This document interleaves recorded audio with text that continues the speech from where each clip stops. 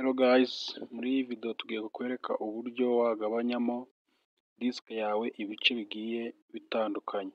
Nk'uko uri kubona muri iyi mashini dufitemo disike eshatu, dufite local disk C, dufite local disk D, tukagira na new volume. Iyo dushaka kugabanyamo iyi ngiyi irimo hagati, iyi ngiyi ubona aha ngaha ifite gigabyte 500, ariko mo hano haba hagaragara 465. Iyi ngiyi niyo tugiye kugabanyamo.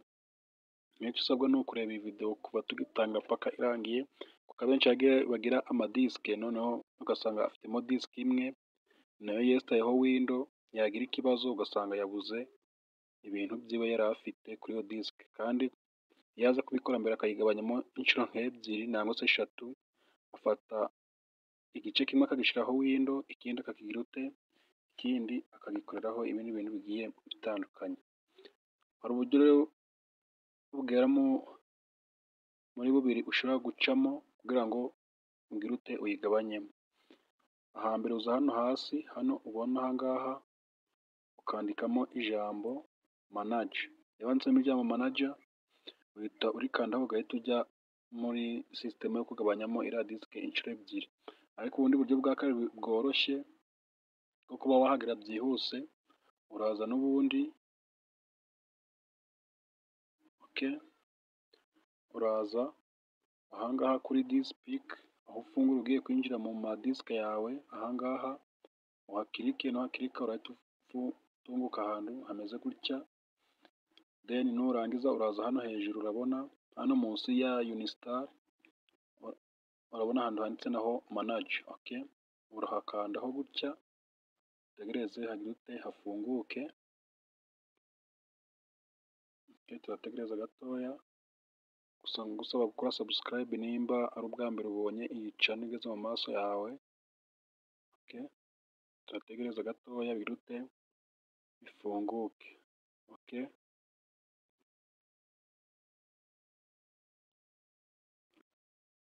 Then uratungukira ahantu hameze gutya, naho handi hambere uciye hajya hasi, uciye hano naho uratungukira ahantu hameze gutya. Ubwo hano ahangaha hano handitse disk management, ntabwo ari handitse device. Uraza hano handitse disk management, uhafungura uku nguku, urategereza gatoya bifunguke. Urahita ugira disk zimeze gutya.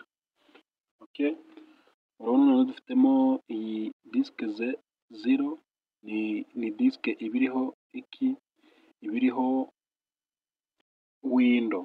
Urabona niyo igabanyijemo, iriho iriya local C, disk local C, iriho ni new volume, niyo nayo igabanyijemo kabiri. Noneho yayindi twabonye local disk D ni iyi ngiyi yanditseho M Pro official, niyo yayindi ya D ifite 500. Noneho tugiye kuyigabanyamo kabiri. Urabona ahangaha tuyifite gutya, urabona free space isigaye ni gigabyte 190. noneho tugiye gukuraho giga 150 tuzishyire ku ruhande. Tuzabikora dute?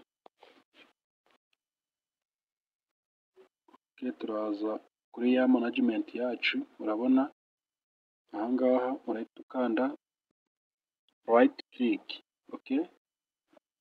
Ku mashini yawe urahita ukanda right click.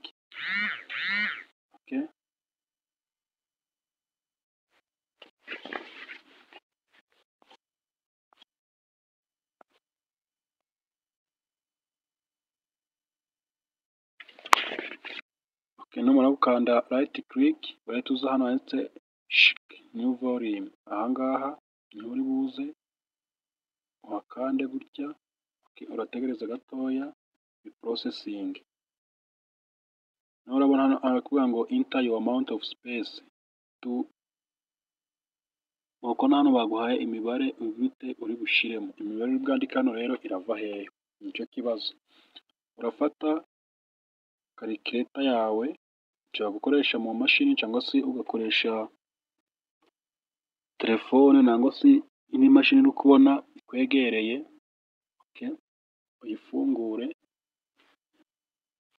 numara kuyifungura urandikamo imibare imeze gutya. Kubera ko dushaka gukuraho gigabyte 150, bivuze yuko turafata 150, okay. Turafata 1020, sorry, 1020 gutya, ukube, turakuba 150, then tubone biriya. Impamvu dukoze biriya rero, iriya mibare ahantu ivuye bitewe na gigabyte ushaka gukuraho, ufata umubare wa gigabyte ushaka gukuraho ugakuba n'umubare uhwanye na gigabyte. Gigabyte imwe tuzi ko igira megabyte 1020. Ubwo dushatse gukuraho nka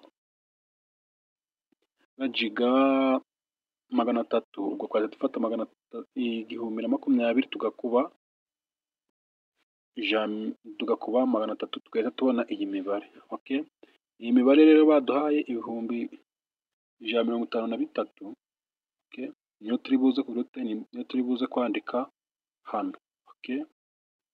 Ubwo turasiba, okay. Nitumara gusiba turandika 153,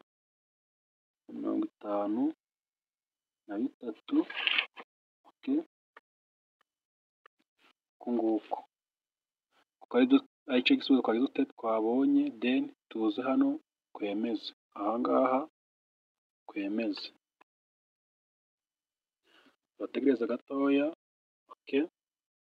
Urabona noneho hano disike yacu yahise zigabanyijemo inshuro ebyiri, ariko hano iri unallocated, urabona ko isa umukara. Kugira rero ize gusa nk'izindi, urabona ahangaha ntabwo igaragara, hano ntabwo yari yagaragara, okay. Ariko ukubona hano zavuye, ariko ntabwo yari yahagaragara. Kugira ngo igaragare rero, icyo turi buze gukora, turaza tuyikande nanone right click, okay. Then ukande hano new simple volume, then tuza next. Urabona ya mibare yacu yahise iza hehe, ahangaha, then ukore next, then ukore next, then ukore finish. Bategereza biprocessing, then nyuma urukona bari kutubwira yuko disike yacu iri kwiforomata kugira ngo ize kugaragara hariya kuri tab yari imbere, okay. Urabona yarangiye. Ubwo igisigaye ni uguhitana kugira ngo ya disike yacu ize hehe, ize muri ya disike dufite hariya hasi. Kanze turebe, okay. Kanze tuyifungure turebe ko hehe yahaje, turategereza gatoya, biracyari kuyiprocesinga. So guys, nyuma y'iyi video turakwereka noneho ubundi buryo naho mu gihe ushaka kuzihuza ari okay. Urabona ya disike yacu yaje ifite new volume F, urabona ni gigabyte 149, ubwo ni n'ibice, aho ushaka 150 ariko nizo zizi ngizi. So guys, nyuma y'iyi video turaza kukwereka indi video noneho iza kukwereka hano uburyo wamaze kubitandukanya gutya, uburyo waza none ugahuza aya madisike yombi kari abiri, umaze gutandukanya ukongera ukayahuza akaba disike imwe. ICT Rwanda, isoko y'ubumenyi bugezweho mu ikoranabuhanga.